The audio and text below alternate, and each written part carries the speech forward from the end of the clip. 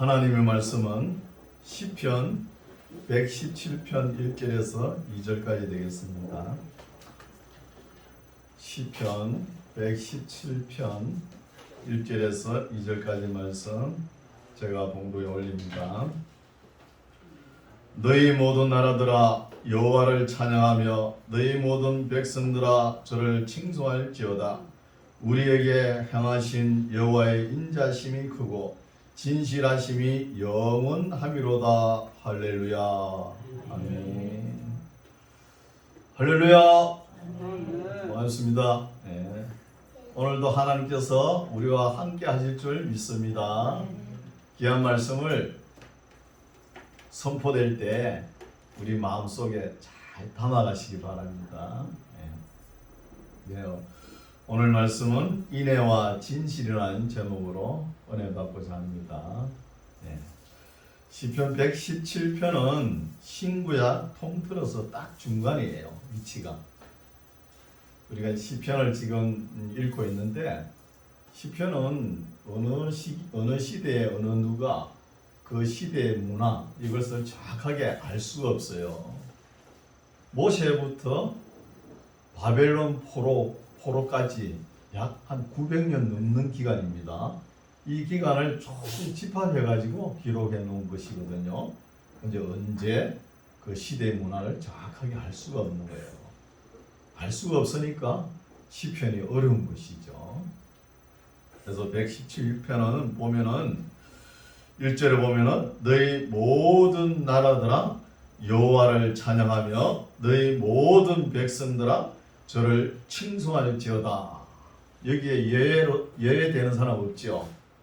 모든 민족 나라가 다 해당이 된다는 거예요. 오늘날 젊은이들이 참 교회 나와서 춤추고 하나님을 찬양하는 건 참 너무나 보기 좋죠. 보기 좋은데 하나님을 좀 알고 춤추고 하나님을 찬양했으면 좋겠어요. 우리가 호세아서 보면은 힘써 여호와를 알자 이런 말씀이 있죠. 하나님이 어떠신 분인지 알지도 못하면서 그냥 감정만 내세워가지고 하나님께 찬양을 올리고 그것도 문제라는 거예요. 문제가 될 수 있죠. 그래서 우리의 기본 신앙의 자세는 먼저 하나님이 어떠신 분인가 창세기부터 계시록까지 차근하게 앉아가지고 읽어봐야 되는 거예요. 중국의 그 워치만이라는 사람 있죠. 교육자죠. 그분이 책을 쓴 거 있잖아요. 자행참이라고. 앉아서 먼저 앉아라는 거예요. 이게 뭐예요? 들으라는 거잖아요. 앉아서 듣고 행하라는 거예요. 행하고 난 뒤에 참인가 거짓인가 분별을 또 하라는 거예요. 그래서 자행참 이런 책이 있지 않습니까? 그래서 기본적으로 모든 여기는 예외가 될 수 없는 거예요. 모든 나라들아 여호와를 찬양하며 너희 모든 백성들아 저를 칭송할지어다. 굉장한 말씀이죠. 굉장한 말씀이고 엄중한 말씀이라는 거예요. 신구약 통틀어가지고 우리 여기에 다 해당이 되니까 가장 큰 음성이죠. 2절 우리에게 행하신 여호와의 인자심이 크고 진실하심이 영원하미로다. 할렐루야. 어떤 시인인지 모르지만 그래서 우리 하나님께서는 인자하시죠. 또 진실하시다는 거예요. 인자하시는데 진실하지 못하면은 뭔가 잘못 안 맞죠. 또 진실한데 인자하지 못하면은 무자비한 거예요. 그래서 우리 하나님이 인자하시고 또 진실하시다는 거예요. 그래서 우리를 너무 인자하신 거 우리를 죄에서 구속하시고 독생자 예수 그리스도를 보내주셨지 않습니까? 그리고 또 진실하시다는 거예요. 그래서 우리가 기독교의 신앙이 뭐 할 수 있다, 예? 자기 체면에 자기 암시에 이런 신앙이 아닙니다. 하나님의 말씀을 인격적으로 받아들이고 순종하는 거예요. 인격적이라는 단어를 싹 빼버리는 건 문제가 되는 것이죠. 너무 감정만 앞세우면. 그렇죠? 그래서 하나님을 우리가 믿음에서 거치면 또 안 돼요. 어디까지 가야 됩니까? 사랑하는 데까지 가야 되는 거예요. 사랑하는 데까지. 하나님을 사랑하고 마음과 힘을 다하여 목숨을 다하여 정성을 다하여 성품을 다하여 하나님을 사랑하라.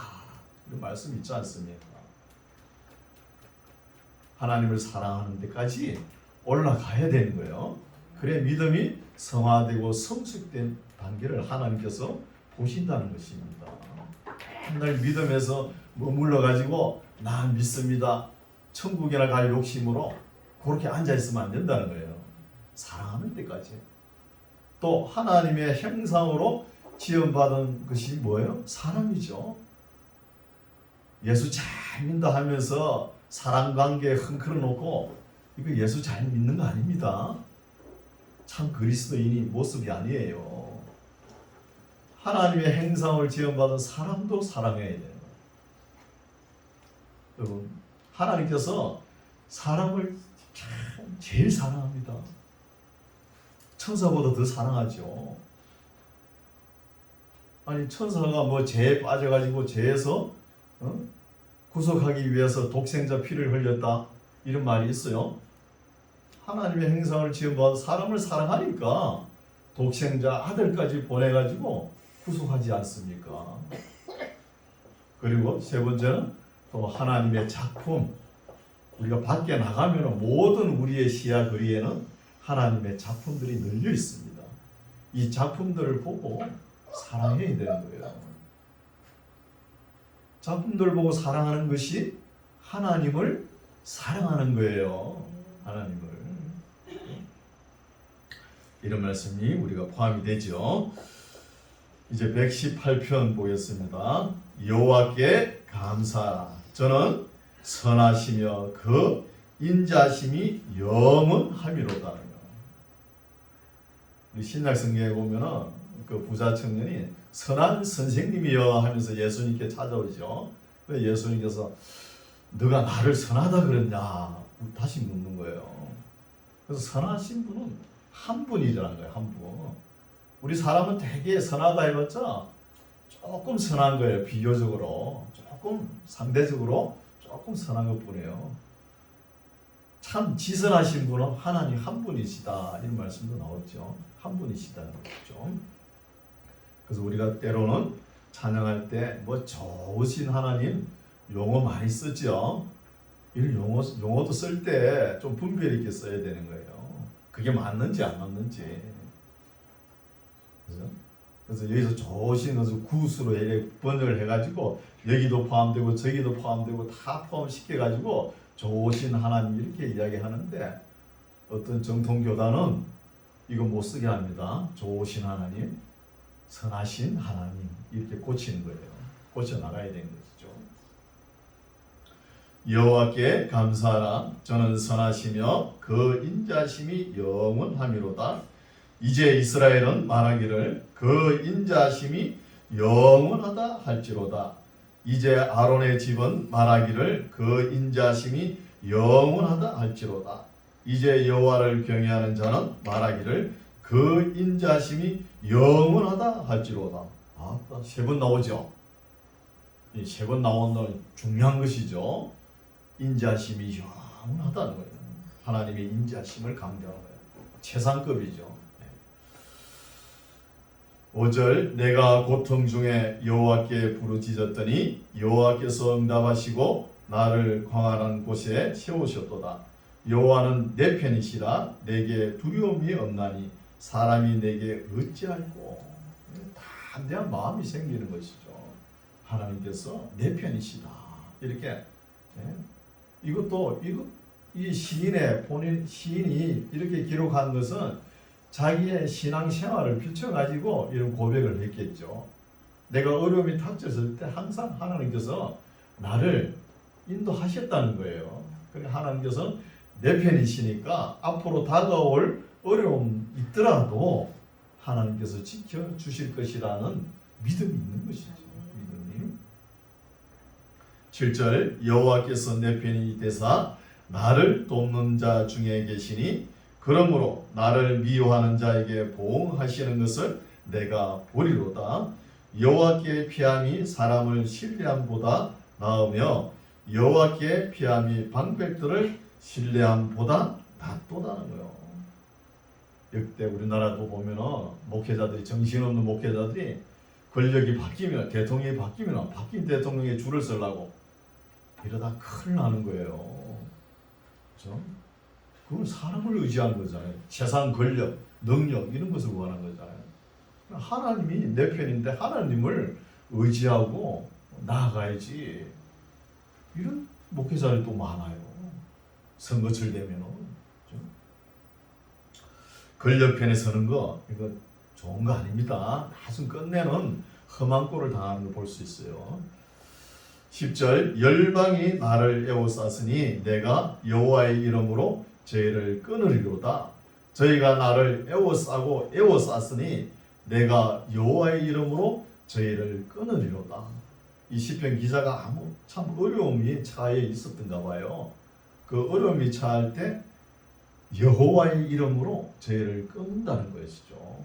다윗도 이런 고백하죠. 다윗이 전쟁터에 나갈 때 골리앗과 상대할 때 골리앗 보고 너는 칼과 단창으로 나오지만 나는 여호와의 이름으로 나아가노라 반대하지 않습니까? 이런 말씀드렸죠. 여호와의 이름으로 저희를 끊으리로다. 저희가 벌과 같이 나를 애워쌌으나 가시덤불에 불같이 소멸되었나니 내가 여호와의 이름으로 저희를 끊으리로다. 하나님의 이름으로 너가 나를 밀쳐 넘어뜨리려 하였으나 여호와께서 나를 도우셨도다. 여호와는 나의 능력과 찬송이시요 또 나의 구원이 되셨도다. 의인의 장막에 기쁜 소리 구원의 소리가 있으며 여호와의 오른손이 권능을 베푸시며 여호와의 오른손이 높이 들렸으며 여호와의 오른손이 권능을 베푸시는도다. 내가 죽지 않고 살아서 여호와의 행사를 선포하리로다. 여호와께서 나를 심히 경책하셨어도 죽으면은 붙이지 아니하셨다는 거예요. 우리가 살아가면서 하나님을 잘 경외한다 하면서도 하나님의 규례와 법도를 온전하게 지킬 수 없지 않습니까? 때로는 객길로 나갈 때 하나님께서 해초리를 드시죠. 해초리를 들지만 그래도 내가 이 세상에 존재하지 않도록 죽음에 이르기까지는 하지 않는다는 것이죠. 19절 내게 의의 문을 열지어다. 내가 들어가서 여호와께 감사하리로다. 이는 여호와의 문이라. 의인이 그리로 들어가리로다. 주께서 내게 응답하시고 나의 구원이 되셨으니 내가 주께 감사하리이다. 건축자의 버린 돌이 진 모퉁이의 머릿돌이 되었나니. 건축자의 버린 돌이 머릿돌이 되었다니. 이 말씀은 어느 제도권에 있던 사람들이 거기서 이탈해가지고 아주 그 두각이 드러나는 삶이 있죠. 그렇죠? 우리 빌 게이츠 보십시오. 빌 게이츠 하버드대 퇴학당한 사람이요. 그분이 하버드대. 그런 사람이 그 모든 네트워크가 빌 게이츠 손에서 다 손에서 놀아나지 않습니까? 하버드 대학 그 사고도 남죠. 어마어마하지 않습니까? 그리고 스티브 잡스 보십시오. 애플 컴퓨터. 이 사람도 대학 다니다가 퇴학한 사람이에요. 그러니까 감당을 못하는 것이죠. 우리 예수님은 어때요? 예수님도 그렇지 않습니까? 버린 돌이 머릿돌이 되셨고, 바울 보십시오. 바울은 그죠? 바리새인과 사두개인들이 버린 사람이잖아요. 그렇게 또 두각을 나타내고 그러지 않습니까? 이런 것을 볼 수 있습니다. 그래서 우리가 어느 제도권에서 이탈했다 해가지고 낙심하고 좌절할 거 아니다는 거예요. 때로는 크게 하나님께서 사용하실 수 있다는 것입니다. 22절 건축자의 버린 돌이 진 모퉁이의 머릿돌이 되었나니 이는 여호와의 행하신 것이요 우리 눈에 기이한 바로다. 이 날은 여호와의 정하신 것이라 이 날에 우리가 즐거워하고 기뻐하리로다. 오늘 제도권에서 이탈하고 벗어났다고 실망할 것이 아니라 오히려 이것이 더 큰 하나님께서 일꾼으로 사용할 수 있다는 것이죠. 세상이 감당하지 못할 그런 일꾼들이 많지 않아요. 에디슨 같은 사람, 아인슈타인 같은 사람 전부 다 제도권에서 다 이탈한 사람이에요. 25절 여호와여 구하옵나니 이제 구원하소서. 이제 구원하소서. 이 말이 호산나입니다. 호산나. 이제 구원하소서. 여호와여 우리가 구하옵나니 이제 형통케 하소서. 여호와의 이름으로 오는 자가 복이 있으며 우리가 여호와의 집에 너희를 축복하였도다. 여호와는 하나님이시라. 우리에게 빛이 셨으니 줄로 희생을 제단 뿔에 맺지어다. 주는 나의 하나님이시라. 내가 주께 감사하리다. 주는 나의 하나님이시라. 내가 주를 높이리이다.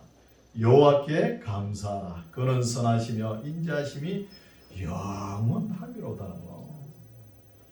여호와께 감사하라. 그는 선하시며 인자하심이 영원하리로다. 이건 이스라엘 백성들의 갱구처럼 들리죠. 항상 시편에 이런 말씀이 많이 나옵니다. 찬양 중에 이런 찬양이죠. 그래서 이런 말씀을 이 118편 시편 기자가 왜 기록했냐? 하나님의 말씀을 어기고 물론 선조들이 잘못했겠지만 바벨론 70년간 포로 생활을 하면서 가만히 생각해 보니까 그래도 예루살렘 성전이 700고지 800고지에 위치하지 않습니까? 그래 연 3차 6월절 77절 초막절에 하나님께 예배 드리러 올라갈 때 그 오르막이잖아요. 오르막에 올라가면서 흥얼흥얼 하면서 찬송하던 그 생각하니까 마음이 너무 상한 거예요. 마음이 상하면서 이렇게 기록하지 않나 이렇게 볼 수 있습니다. 그래서 올라가면서 여호와께 감사하라. 그는 선하시며 그 인자심이 영원하리로다 하면서 찬양을 기억하고 이렇게 기록하지 않았나 봅니다. 이제 119편 보겠습니다. 119편은 먼저 설명이 좀 필요하죠. 119편 시편은 176절까지 있어요. 상당히 길죠. 이 시편은 목회자나 학자나 신학자나 다 에스라가 기록하지 않았나 이렇게 생각합니다. 거기에 견해를 달리하는 분은 없죠. 에스라가 기록한 것 같아요. 그래서 성경에는 에스라라는 분이 또 몇 분 나오죠. 다른 에스라 보면은 야베스 계열의 자손 에스라는 사람이 있어요. 이건 순수 혈통의 유다 지파의 혈통이 아닌 것 같아요. 야베스 계열의 자손 중에 에스라는 사람이 있고 또 BC 536년에 1차 포로기한 때 스룹바벨과 같이 함께 기한한 사람 중에 제사장 중에 에스라는 사람이 있어요. 에스라는 뜻은 뭐냐면 히브리어로 에제레에서 나온 거거든요. 돕는다는 뜻이에요. 돕는다. 그래서 에스라가 보면은 자기 신앙 고백을 할 때 하나님은 하나님의 선한 손으로 나를 도우시다 이런 말씀이 자주 나와요. 하나님의 선한 손으로 도우셨다 이런 것을 볼 수 있죠. 그래도 우리가 하는 일이 물론 하나님께서 모든 것을 우리의 인생길을 인도하시지만 그래도 우리가 뭐 조금 계획하고 이것을 실천한 것이 지나고 보면 이게 하나님께서 인도하셨다 그러면 상당히 즐겁죠. 너무 기쁜 거예요. 그래서 에스라가 어디에 있었냐면 바벨론 페르시아 제국이 있잖아요. 페르시아 제국 아닥사스다 왕 때 법률자문위원회예요. 페르시아 황제를 가르치는 사람이에요. 평소에 페르시아 황제 앞에 아닥사스다 왕 앞에 어떤 말을 했냐 하면은 하나님을 의지하고 또 정직하게 생활하는 사람은 항상 구원하시고 지켜주시고 보호하시고 또 악인들은 멸망하신다. 이런 말을 아닥사스다 왕을 가르쳐 왔어요. 하나님의 율법과 규례가 어떤 것이다 하면서 쭉 가르쳐 왔는데 막상 이제 BC 457년에 1754명을 이끌고 4개월 정도 걸려요. 그 바벨론 땅 페르시아 제국에 오자면은 그 4개월 동안 오는데 그게 뭐 나쁜 사람들이 있을 거 아닙니까? 근데 이 에스라가 평소 때 왕에게 한 말이 있잖아요. 하나님을 의지하고 신실한 사람은 지켜주신다 했는데 지금 와가지고 내가 좀 위급하니 호위병을 좀 대주십시오 이 말 못하잖아요. 그래서 3일 동안 아하와 강가에서 3일 동안 기도하는 거예요. 내가 하나님을 의지하지 세상 권력을 의지하지 않는다는 거예요. 그래서 4개월 동안 그 먼 거리를 무사히 1754명을 이끌고 오거든요. 와서는 하나님의 선한 손이 나를 도우셨다. 이렇게 신앙 고백을 하는 거예요. 참 아름답죠. 이런 분이 에스라예요. 그래서 제2의 유대인들은 제2의 모세라고 해요. 제2의 모세보다 더 훌륭한 사람이에요. 모세는 5경 말씀만 기록했잖아요.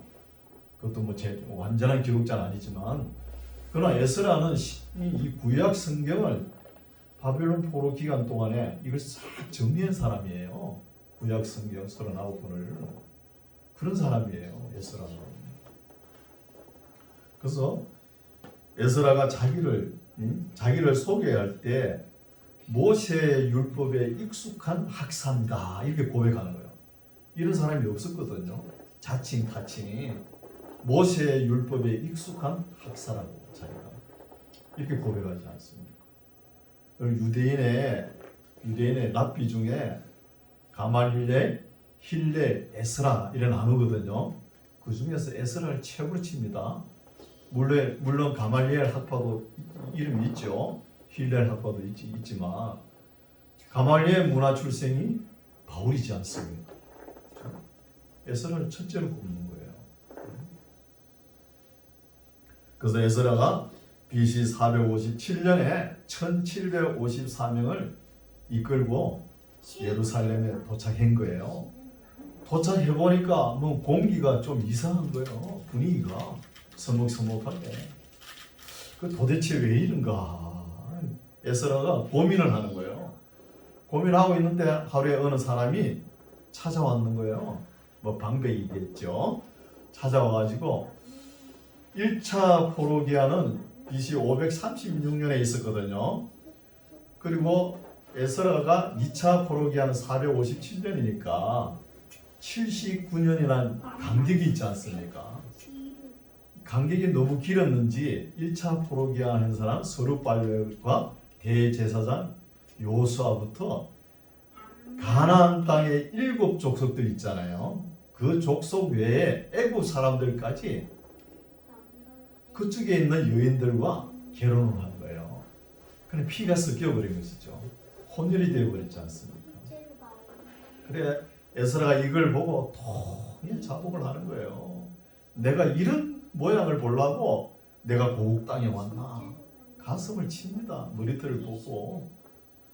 그러면서 일어서서 3개월 동안 대개혁을 해요.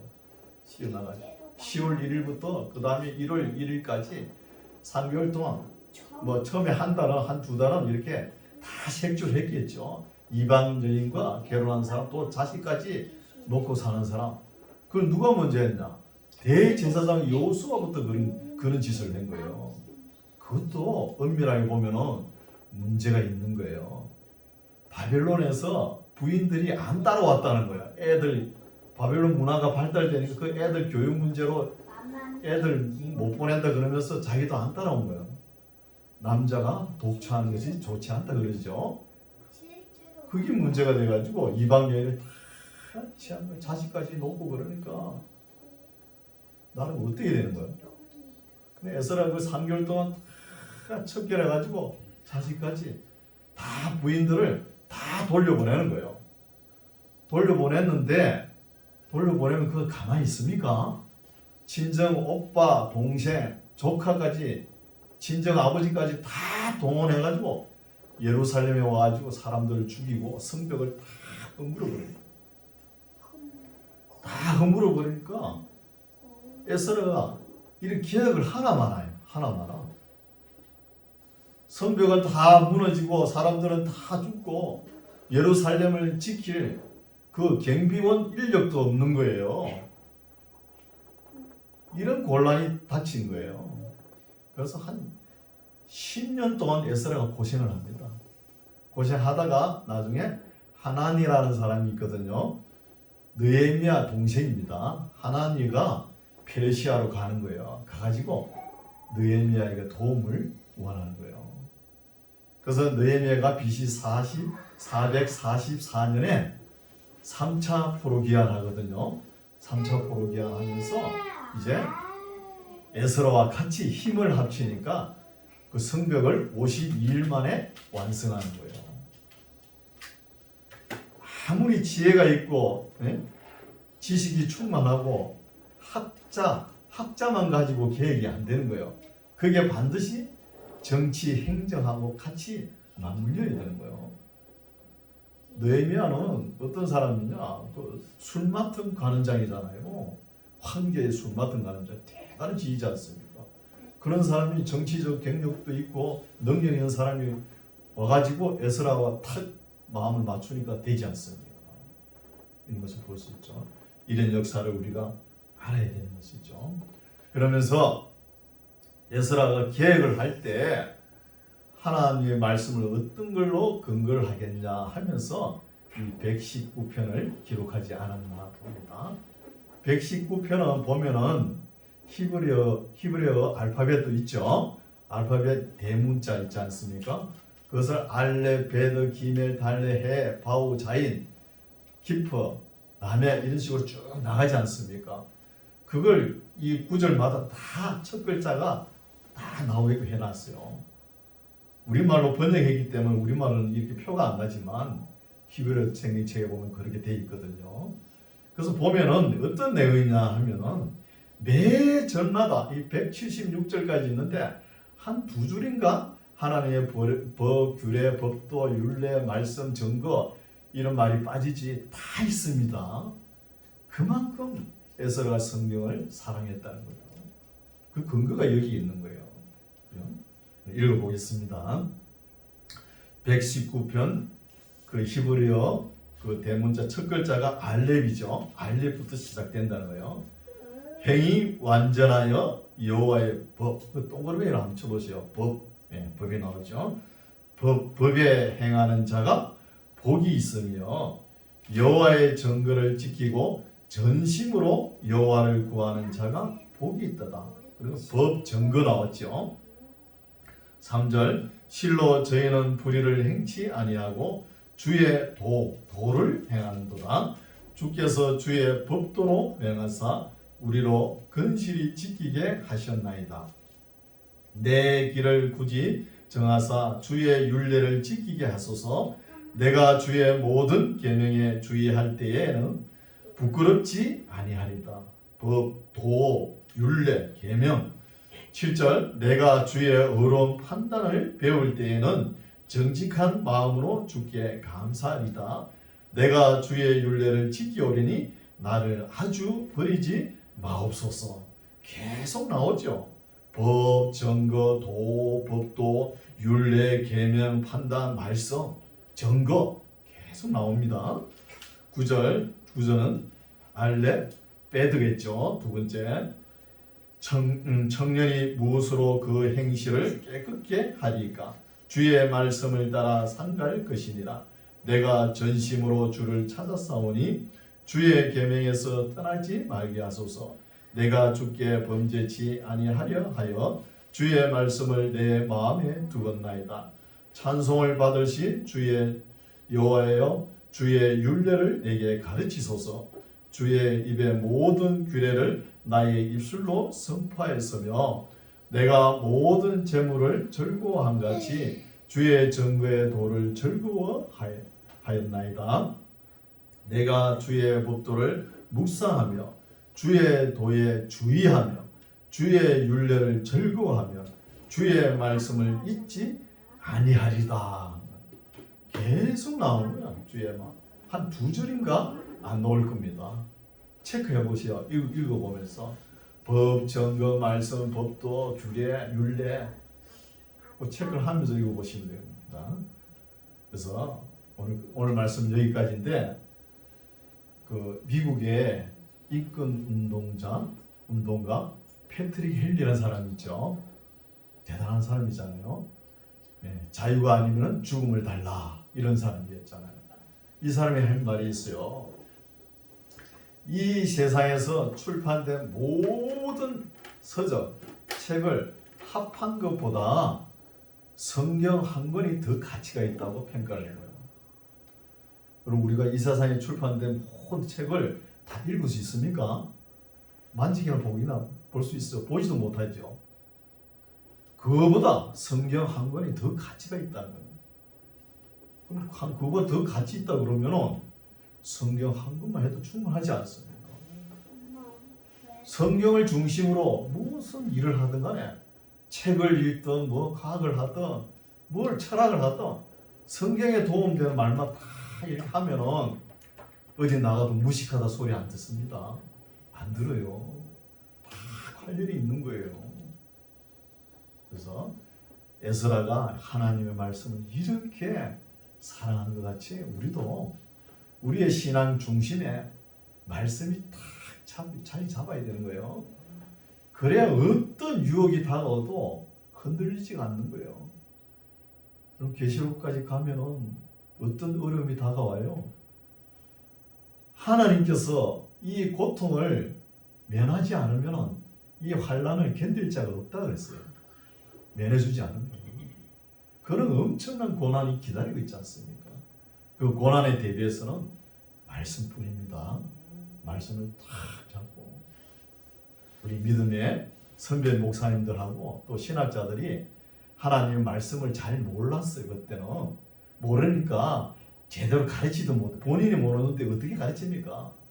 여러분 신학대학 3년, 아니 4년, 신대원 3년, 또 MDB 과정 1년, 2년 이 밟아도 몰라요. 성경은 다시 공부해야 됩니다. 모르니까 안 가르쳐 나니까 성도들이 뭐 성경 모르는 거는 당연한 거예요. 그렇게 생각을 했잖아요. 그렇게 했으니 안 가르치는 그 책임이 목회자들이 다 있는 거예요. 우리 교회는 창세부터 제가 잘하든 못하든 한번 읽어서라도 나가는 거예요. 이렇게 말씀 중 속에 신앙생활하는 저와 여러분 되시기 바랍니다. 네, 기도하겠습니다. 하나님 아버지, 하나님 사람 에스라가 하나님의 계명과 율례와 법도를 얼마만큼 사랑했는지 역사와 함께 살펴보았습니다. 하나님 아버지, 우리도 하나님의 말씀에 대한 자세를 가다듬고 주의 율례와 법도를 즐거워하면서 주의 말씀을 사랑하고 배워서 실천하여 우리의 삶이 하나님께 영광이 되고 세상 사람에게 주님의 한기가 되게 하옵소서. 예수님 이름으로 기도드립니다. 아멘.